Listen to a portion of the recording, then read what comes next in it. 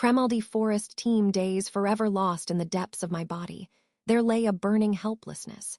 It was as scorching as ice, as numbing as fire, as weightless as pressure, as frivolous as despair, as turbid as light, the only gleam in falling through the darkness. It hurts.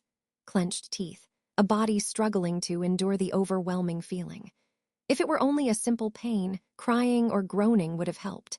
But this singular feeling, of oppressive excitement, of refreshing suffocation, of every feeling swirling in the center of my body, was a cross of normal and abnormal. Even the doctor could do nothing. No one could understand this pain. And everyone's indifference to unprecedented things they could not understand was chilling. A pain that could not be imagined was a pain that couldn't exist, and thus my family treated me as a burden. This child was talented, incredibly talented, but his shortcomings were deadly. Everyone, no matter who, always said so.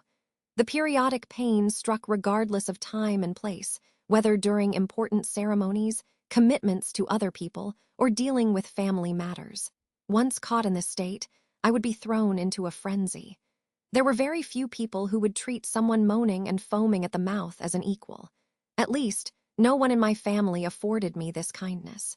Therefore, this pain could not be communicated to anyone, and I had to accept it as my own sin. As the years passed and its intensity grew, I'd become accustomed hiding where no one could find me as soon as I felt it overcome me. This time, I was fortunately in the vicinity of my room, where I could stay for the next few hours. Although the pain itself would last for several days, I could act normally after a few hours. I just needed to wait, and I see. To be able to suffer through this without going mad, you're rather impressive.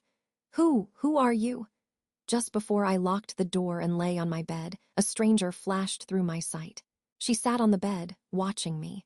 What facing her, I couldn't calm my breathing down. This was more than surprise, this was ecstasy. A woman dressed in black, with hair the color of white snow. She narrowed her dark, exquisite eyes, gazing at me with impossible beauty.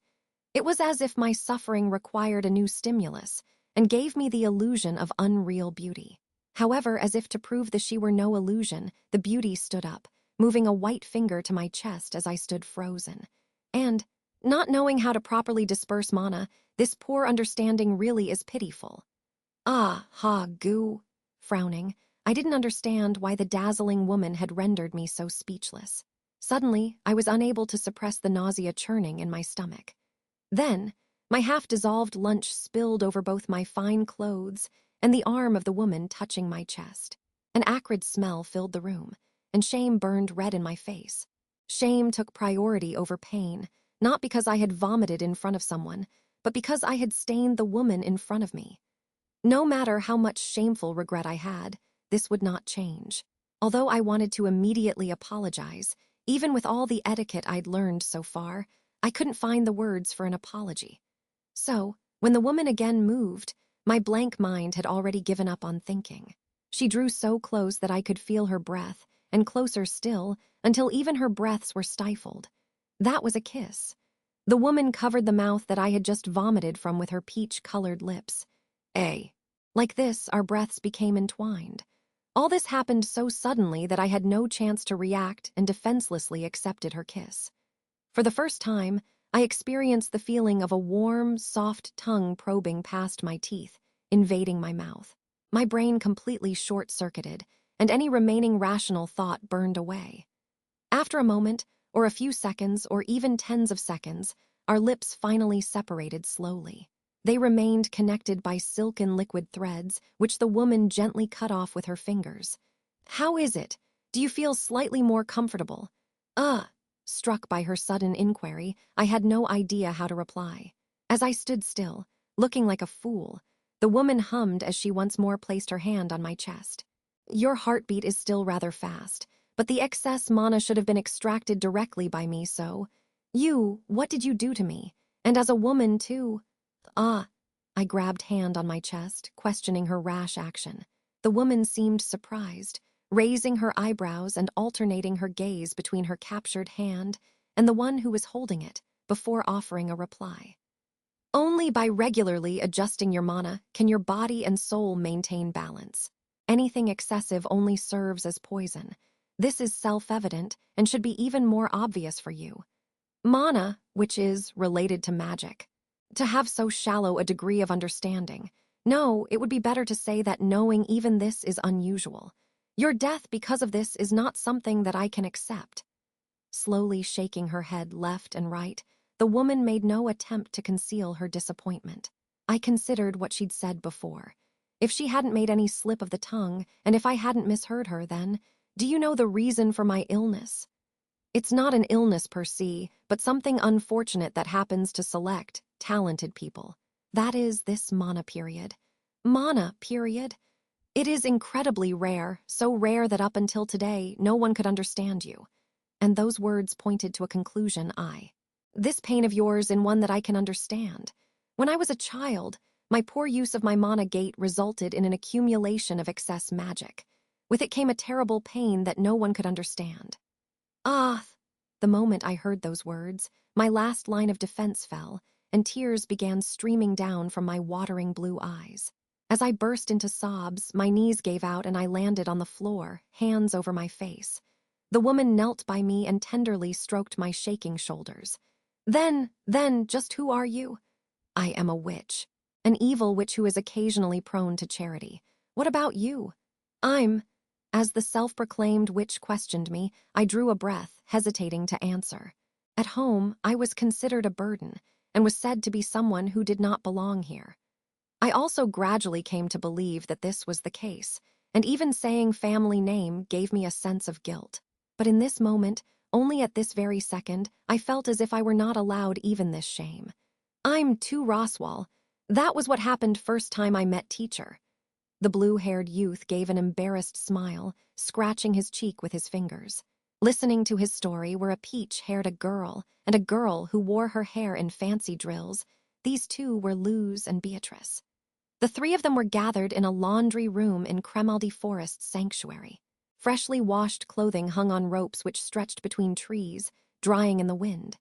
In their free time, Roswell had been questioned about his past. The story had started when the curious Luz casually asked, "How did you come to know Madame Echidna?" To answer this question, Roswell began to explain, and Beatrice, who, in her own words, had been coincidentally passing by, had also stopped to listen. Really, Beatrice wasn't honestly at all, decided Roswell with a wry smile. Luz, Lord Roswell, I'm so sorry. Roswell, Faced with the wryly smiling Roswell, Luz lowered her head in a panic. She continued, Luz, because I so casually asked about such a personal thing. I'm ashamed. Roswell, not at all. If there was something that I really wanted to avoid talking about, I would have talked around it. That I didn't do so was because I wanted to show off my memories with teacher. It is because my immature past self was so shameful that my first meeting with teacher became so special to me. Looking back on it, the possibility that he wouldn't have met his teacher, Echidna, doused him in a cold sweat. Without her words, Roswell would not have noticed the particularity of his gait, and would have assumed that the pain he'd felt from Mana was from an unknown illness.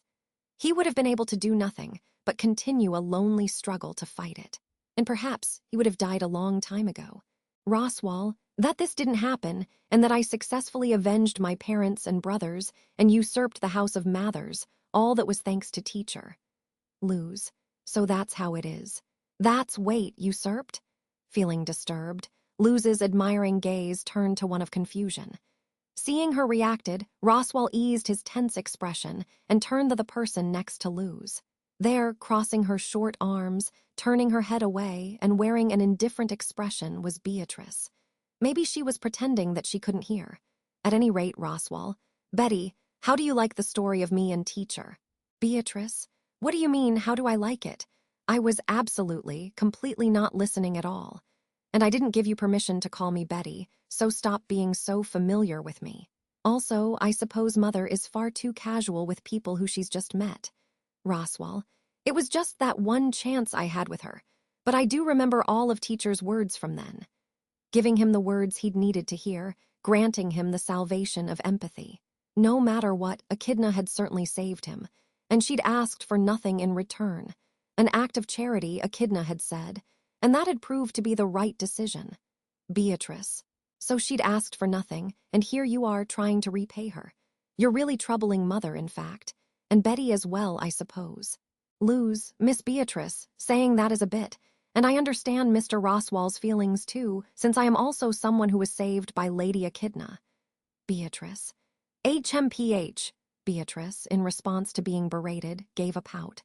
Luz, who had done the berating, touched her fingers to her long ears, the symbol of her half-human ethnicity. For her, the ear represented something significant, just as the half-human blood running through her veins did. Even in her short life, Luz had already suffered so much because of it. That lament could not be erased, but being here had lessened its pain slightly. In this vein of thought, Roswell too would straighten his chest and proudly wear his status as Echidna's student, and strive to one day do for her what she'd done for him.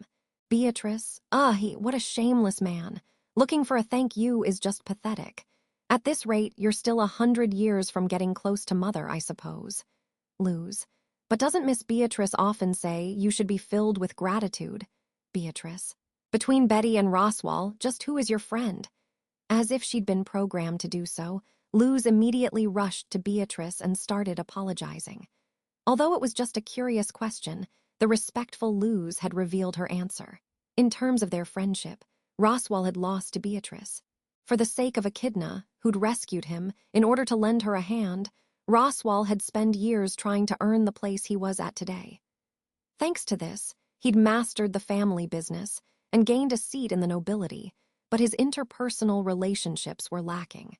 He'd left the parents, estranged himself from his brothers, and relied not on likability but on talent. As a result, he had many associations, even now, but had no way to close any distance with them. So looking at the relationship between Beatrice and Luz, and Roswell smiled inadvertently. His happiness for them took precedent over any envy he might have felt. She had her mother, her friend, and her duty, so she felt no loneliness. If Roswell himself could become one of her friends, he would be content. Beatrice, what is that strange, gentle look you're wearing? It's annoying, I suppose. Beatrice launched an attack on Roswell, who had been silently watching the exchange. Her cute face wore a pout as she pointed a short arm at him. Beatrice, if you have something to say, just say it. In fact, I'll hear you out, I suppose. Roswell, I love you, Beatrice. Beatrice, what kind of disgusting words are those, in fact? Roswell, yikes, I'm terrified already. Having been heard, he withdrew his words as Beatrice started causing a fuss. Roswell, finding himself in trouble, immediately leapt up and fled, and an angry Beatrice chased him in furious pursuit. Trailing after them was Luz, who was trying to catch them while taking of the laundry. Roswell, ha, see if you can catch me. Beatrice, how dare you play with me? I'll catch you and make you regret it. Luz, Miss Beatrice, Lord Roswell, wait for me. The noisy three cast their job aside as they started playing with each other. Looked at them from a distance, a single witch muttered quietly to herself, "That brother and sister can't resolve arguments without causing a fuss." Honestly,